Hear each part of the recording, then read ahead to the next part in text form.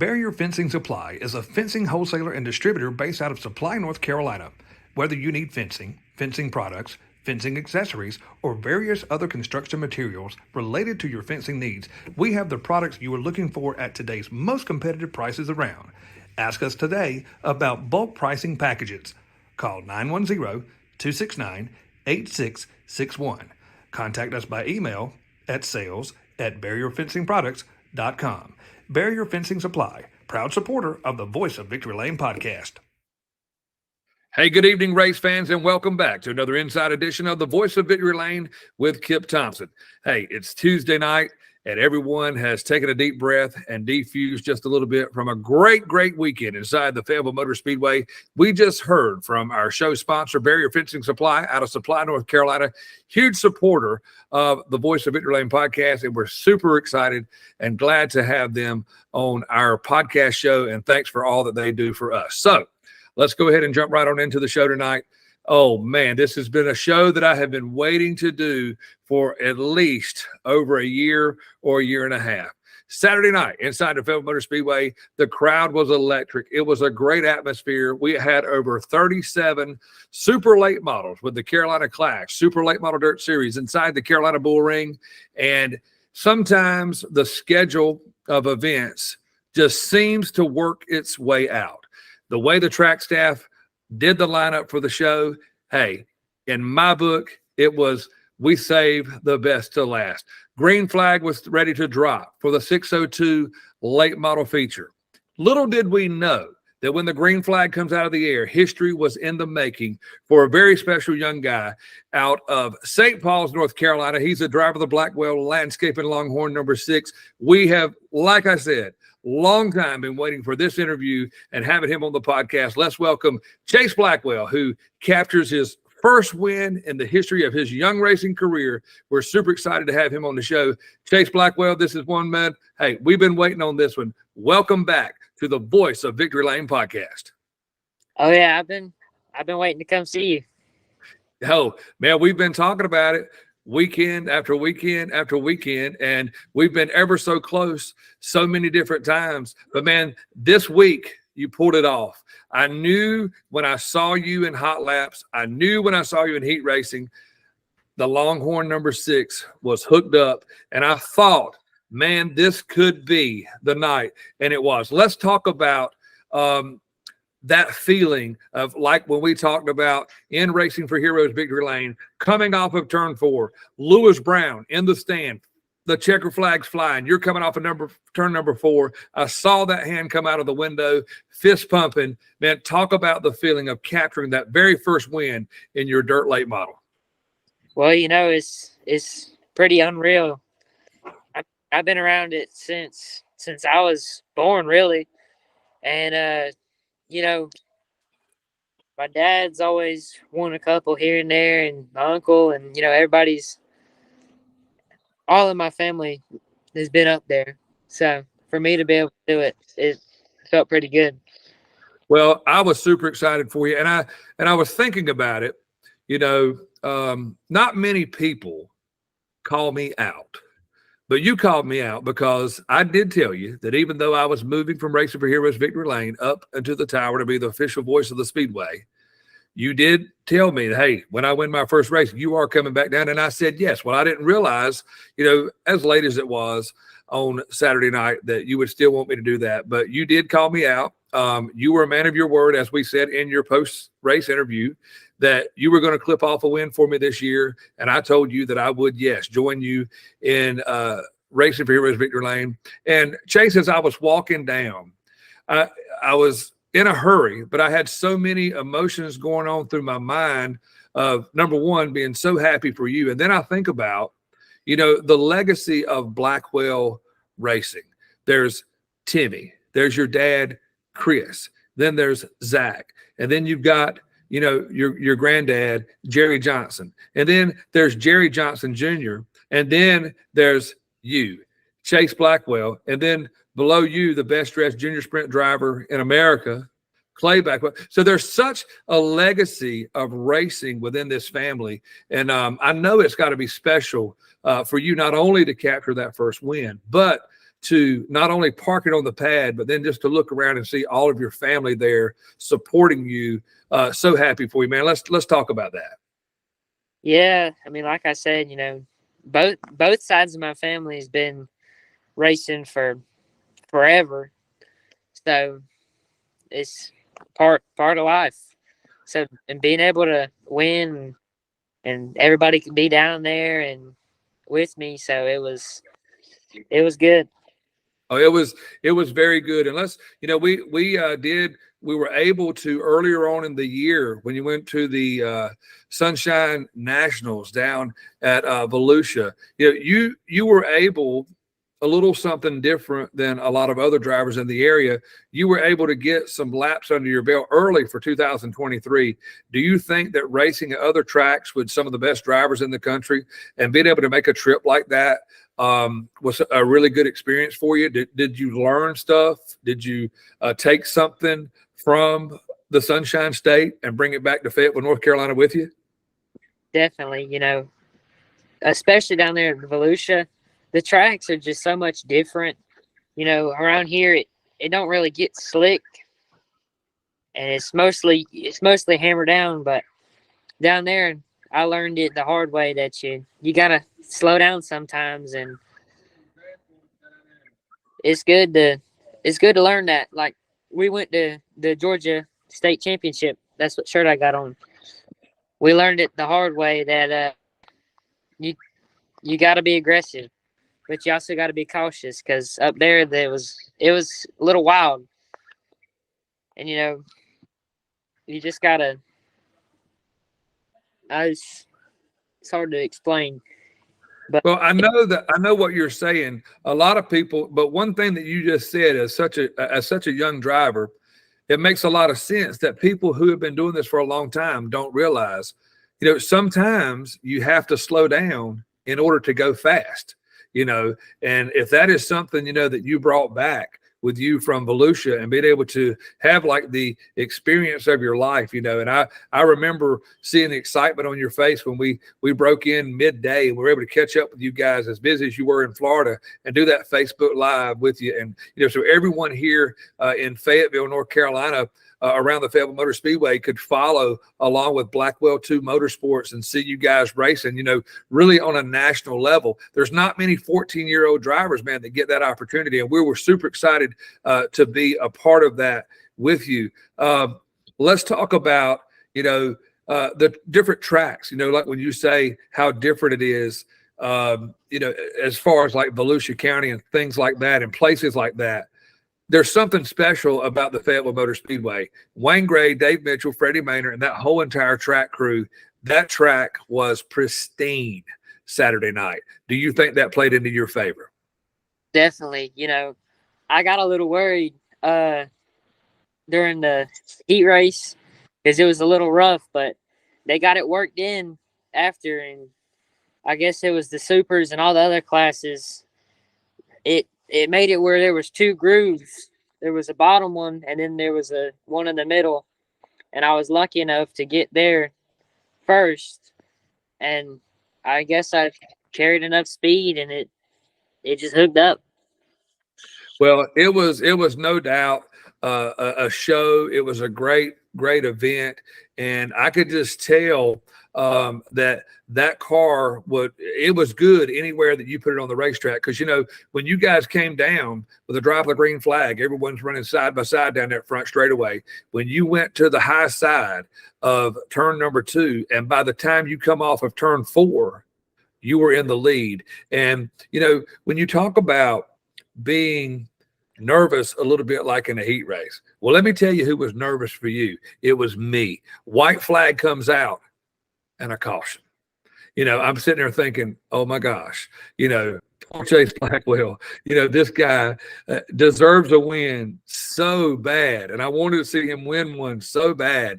When you were rolling down the back straightaway between turns 3 and 4 and you saw that white flag, tell us all, man, what went through your mind? Like, holy crap, or you can keep it PG so your mom don't hear you say an ugly word. So what were you thinking when you saw the white flag come, or a caution flag on that last lap?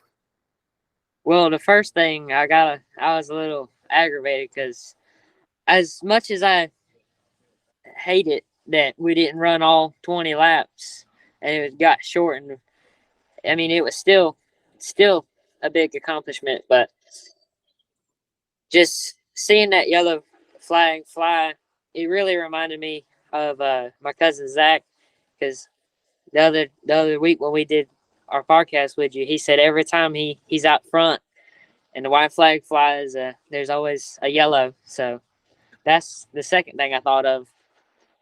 Yeah, well, I was thinking the same thing. Zach Blackwell went right through my mind as I was on the mic, caution on the speedway with 1 lap to go.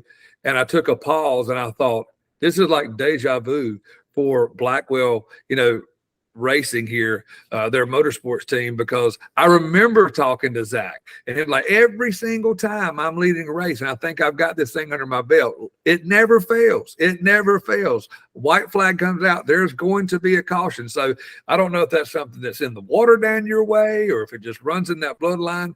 But yeah, you were able though on that final restart to hold off Donovan Jackson there on that 1 lap shootout. You want a 1 lap shootout. You were kind of there, the only Blackwell by yourself. It was a 2 Blackwell shootout. The last time you guys were up front like that, and it was almost like a replay. But this time you were able to capture the win. And man, I'm just going to be honest with you. I know we joke around a lot and we have fun with each other. I think the world of you, man. You're a great driver. And man, I was just so happy. We're so excited and so proud for you to capture that first win. It's so special. And I can assure you, just like I can assure all the fans who are watching tonight, all of the folks who were at the Fayetteville Motor Speedway on Saturday night, this will not be the last time that you see that blue number 6 Blackwell Landscape and Longhorn parked in Racing for Heroes Victory Lane. What do you think about that? Yeah, I hope we can keep this momentum up and keep it up there. So, well, coming up inside the Fayetteville Motor Speedway, we have a 2-day event coming up April the 28th and the 29th. It's the Triple Crown Mid-East Series deal inside the Fayetteville Motor Speedway. I'm sure you're going to be at that. Yeah, we're planning on it, but I got to talk to the operation here, and I'm trying to get them to take us to some big tracks or some big events like the Little Dream up there in North Georgia. I try to talk them into that, and hopefully Volusia again. Hopefully we'll go up there. Maybe All-Tech, but I don't think we'll make it this year or not this weekend. That was where I was going next with this. If you were, because I'm planning on seeing you the 28th and 29th, a double day show, the 28th and 29th. But that's where I was leading with that. Are there any plans to race somewhere up before the upcoming event at Fayetteville? I don't know if we're still planning our weekend out right now, but there's a few places I'd like to go to before the year's out. Okay, so what let's name some of those if you haven't already. If you gave them one time, give them again with some that you may have left out. Let's check off some of those bucket list racetracks that you'd like to go to before the conclusion of the 2023 season. Well, I'd like to go to Lakeview. I've been down there a bunch, and I'd like to race there one time.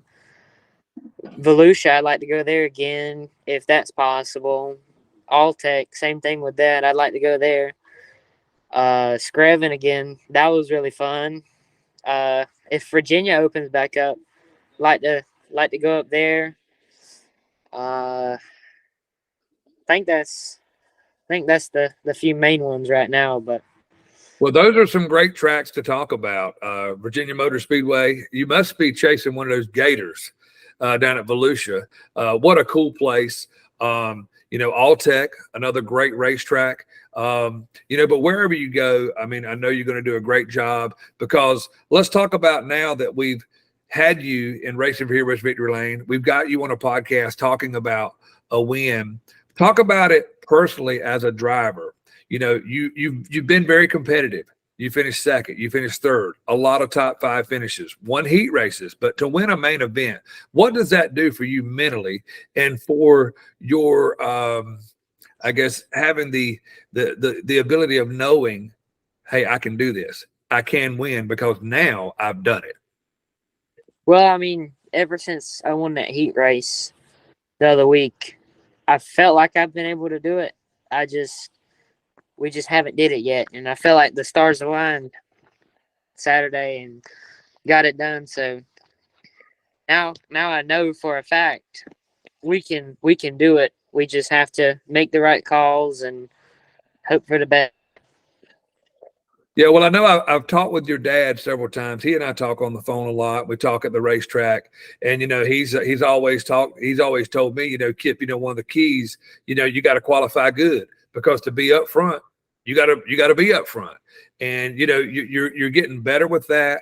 And also, I will tell you that I've talked to a lot of drivers who send a lot of congratulations your way this weekend on picking up that win because when you drive a race car, you want to earn respect. And when you give respect, you get respect in the end.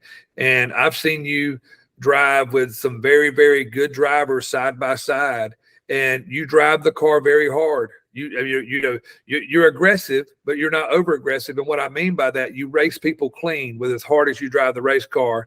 And just to give you a heads up from a lot of drivers that I've talked to today, a lot of drivers that I talked to yesterday and Sunday and over the weekend, man, so happy, so tickled to death, and so proud to see Chase Blackwell get that very first win. So that is a great accomplishment, and it's a real compliment, from your fellow drivers who may not be able to see you or talk to you on a daily basis, who don't have a one-on-one hotline like I do to get a hold of Chase Blackwell whenever I want to, because I guess, I get to wear his gear, anytime.